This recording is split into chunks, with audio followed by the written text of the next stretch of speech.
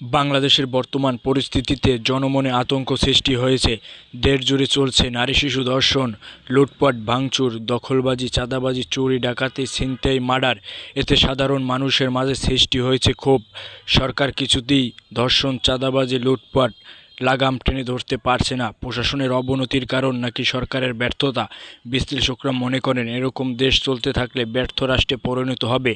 তাই এখন যদি নিয়ন্ত্রণ করা না যায়, সামনের দিনে আরও ভয়াবহ পরিস্থিতি হবে। মানুষ রাস্তাঘাটে নিজেকে এখন অনিরাপদ মনে করছেন।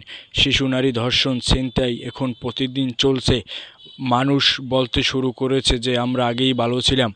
বাংলাদেশের বর্তমান পরিস্থিতি আমরা কখনোই এরকম দেখি নাই। তাই সাধারণ মানুষ এখন আওয়ামী লীগের দিকে ঝুঁকতে শুরু করেছে। সাধারণ মানুষ বলতে শুরু করেছে যে আওয়ামী লীগ ক্ষমতায় থাকাকালীন সময় একটি সামাজিক নিরাপত্তা ছিল এবং দেশে আইনের শাসন ছিল। এখন দেশে চলছে নৈরাজ্য, সরকার ও প্রশাসনের সম্পূর্ণ ব্যর্থতা।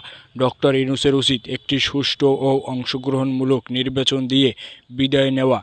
না হলে ৫ আগস্ট আবারও ঘটতে পারে বলে মনে করেন সাধারণ মানুষ।